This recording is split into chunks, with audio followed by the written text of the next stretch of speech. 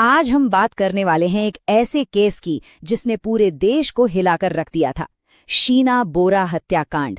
ये एक ऐसी कहानी है जिसमें रिश्ते इतने उलझे हुए थे, इतने राज दफन थे कि सच और झूठ के बीच की लकीर ही मिट गई। तो चलिए धोखे के इस जाल को परत दर परत खोलते हैं। तो सोचने वाली बात यह है कि एक ऐसा जुर्म जिसे 3 साल तक बड़ी कामयाबी से दुनिया की नजरों से छुपाकर रखा गया, वो अचानक से सबके सामने कैसे आ गया। इसकी शुरुआत वहां से हुई जिसकी किसी ने कल्पना भी नहीं की थी। यकीन मानिए, इस कहानी की शुरुआत किसी बड़े सुराग या किसी गवाह से नहीं हुई, बल्कि एक ऐसी गिरफ्तारी से हुई जिसका इस केस से दूर दूर तक कोई लेना देना ही नहीं था। किसने सोचा था कि एक मामूली सी घटना भारत के सबसे बड़े रहस्यों में से एक का पर्दाफाश कर देगी। चलिए अब सीधे चलते हैं अगस्त 2015 में, यानी जुर्म होने के पूरे 3 साल बाद जब इस केस की पहली परत खुली। तो बात है अगस्त 2015 की। मुंबई पुलिस अपनी रूटीन चेकिंग कर रही थी और तभी उन्होंने श्यामवर राय नाम के एक ड्राइवर को पकड़ा। क्यों? क्योंकि उसके पास एक अवैध हथियार था।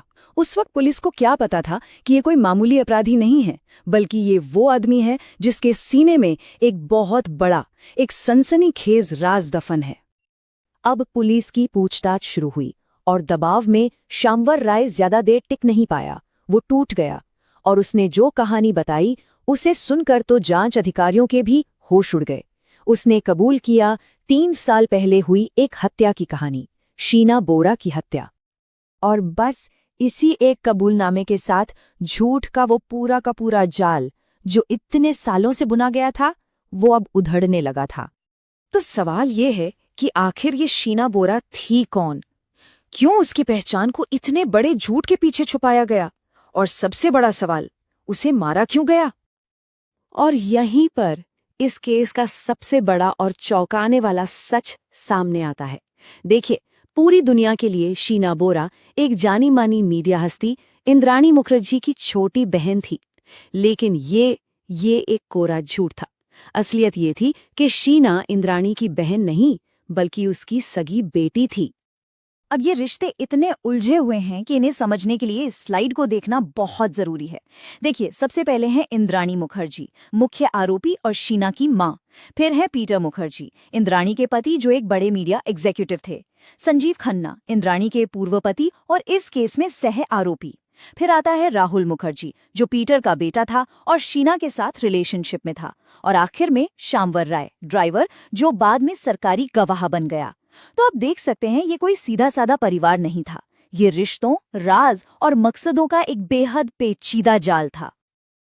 तो अब जब हम इन सभी किरदारों को जान चुके हैं, चलिए उस दिन पर वापस चलते हैं जिस दिन इस पूरे जुर्म को अंजाम दिया गया। पुलिस की जांच के मुताबिक सब कुछ 24 अप्रैल 2012 को हुआ। कहा जाता है कि मुंबई में एक चलती कार में शीना का गला घोंटा गया। उसी रात उसके शव को एक बैग में रखा गया और रायगढ़ के एक सुनसान जंगल में ले जाया गया। और अगली सुबह 25 अप्रैल को सबूत मिटाने के लिए शव को जलाकर वहीं दफना दिया गया।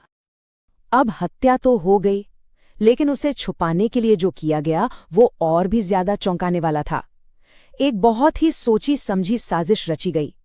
सबसे पहले तो परिवार और दोस्तों को ये बताया गया कि शीना अचानक पढ़ाई के लिए अमेरिका चली गई है।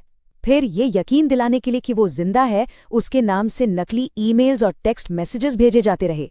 और ये झूठ 1-2 दिन नहीं, बल्कि पूरे 3 साल तक इतनी सफाई से बोला गया कि किसी को कानों कान खबर तक नहीं हुई।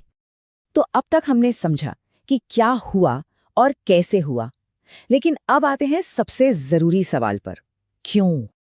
आखिर शीना को मारने का मकसद क्या था? ये एक ऐसा सवाल था जिसका जवाब ढूंढने के लिए जांचकर्ताओं ने कई अलग अलग थ्योरीज पर काम किया। जांच में 3 मुख्य वजहें सामने आईं। पहली, रिश्ता। कहा जाता है कि इंद्राणी शीना के उसके सौतेले भाई राहुल मुखर्जी के साथ रिश्ते से बिल्कुल खुश नहीं थी। दूसरी वजह, पैसा। आईएनएक्स मीडिया कंपनी से जुड़े करोड़ों रुपए के प्रॉपर्टी और पैसों का विवाद भी एक बड़ा कारण माना गया। और तीसरी और शायद सबसे बड़ी वजह थी एक राज, ये डर कि शीना कहीं दुनिया के सामने ये सच न बता दे कि इंद्राणी उसकी बहन नहीं बल्कि माँ है। तो देखिए, पैसा, रिश्ते और एक गहरा राज, ये तीनों मिलकर एक बहुत ही खतरनाक कॉकटेल बन गए थे। तो जब गिरफ्तारियां हुईं उसके बाद शुरू हुआ न्याय पाने का एक बहुत लंबा और पेचीदा सफर। इस पूरी जांच के दौरान कई बड़े मोड़ आए। सबसे बड़ा टर्निंग पॉइंट था ड्राइवर श्यामवर राय का सरकारी गवाह बन जाना। उसने दूसरों के खिलाफ गवाही दी।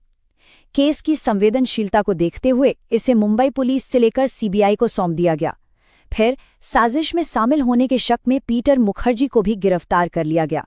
और हाँ, रायगढ़ के जंगल से जो हड्डियों के सैंपल मिले थे वो इस केस में सबसे बड़े फोरेंसिक सबूत बने। लेकिन इतने सालों, इतनी जांच और इतने खुलासों के बाद भी ये मामला आज तक अपने अंजाम तक नहीं पहुंच पाया है। ये आंकड़ा देखिए, 6 साल। मुख्य आरोपी इंद्राणी मुखर्जी ने जमानत मिलने से पहले लगभग 6 साल जेल में बिताए। उन्हें 2022 में जमानत मिली। और आज की सच्चाई ये है कि इंद्राणी मुखर्जी, संजीव खन्ना और पीटर मुखर्जी यानी सभी मुख्य आरोपी जमानत पर बाहर हैं और केस अभी भी चल रहा है। और ये सब हमें एक बहुत बड़े और अब तक अनसुलझे सवाल के सामने लाके खड़ा कर देता है।